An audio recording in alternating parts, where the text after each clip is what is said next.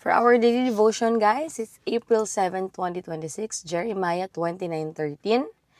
You will seek me and find me when you seek me with all your heart. There is freedom in Jesus if we respond to Him.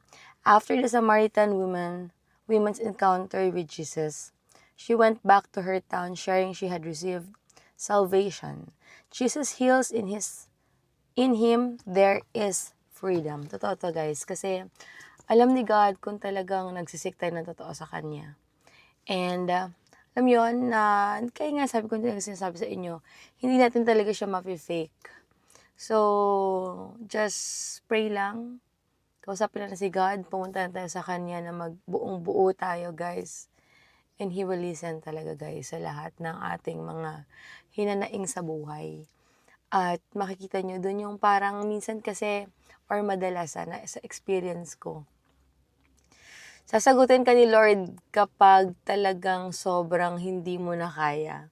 Hanggat kaya mo pa, alam niya, sige lang, hayaan ka lang niya. Pero kapag alam niya nang wala ka ng choice, wala ka nang, minsan nga bago mo pahingiin, sinasagot niya na ganun siya.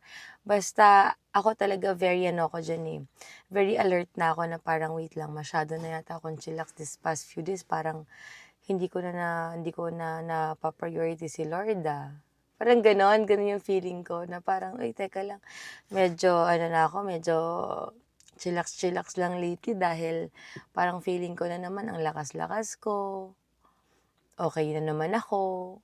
So, very aware ako dyan, kaya pinapractice ko talaga na everyday, pagkaalam ng cellphone ko, uupo ako, magdadasal ako, guys.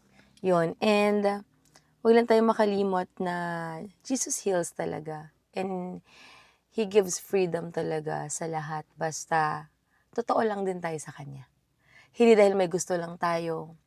Hindi lang dahil alam natin na kampante lang tayo na pag lumapit naman ako kay Lord, patatawarin niya ako. Tapos, after nun, pag pinatawag niya na ako, yun, okay na yun. Hindi nagtatapos dun.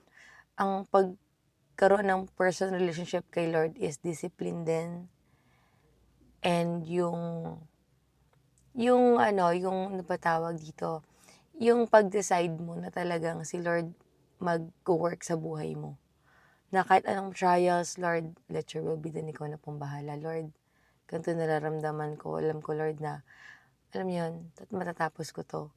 Nakasama ka. Na alam ko, Lord, na alam mo naman to. Tulungan niyo ako. Yung mga ganun, guys, na gusto lang ni God na maalala lang natin siya at gusto niya yung totoong relasyon sa Kanya. Kasi, pag nagkaroon ka ng totoong relasyon sa Kanya, mawawala lahat ng pride mo. Magiging humble ka sa lahat ng aspeto ng buhay. Siya bahala sa atin, guys. So, yun. And, it's a reminder again for us na huwag tayong mahiya sa Kanya. Kasi siya naman nag-create sa atin and siya bahala sa atin. Basta totoong follower lang tayo sa Kanya. So, yun lang, guys. And have a blessed day and God bless po.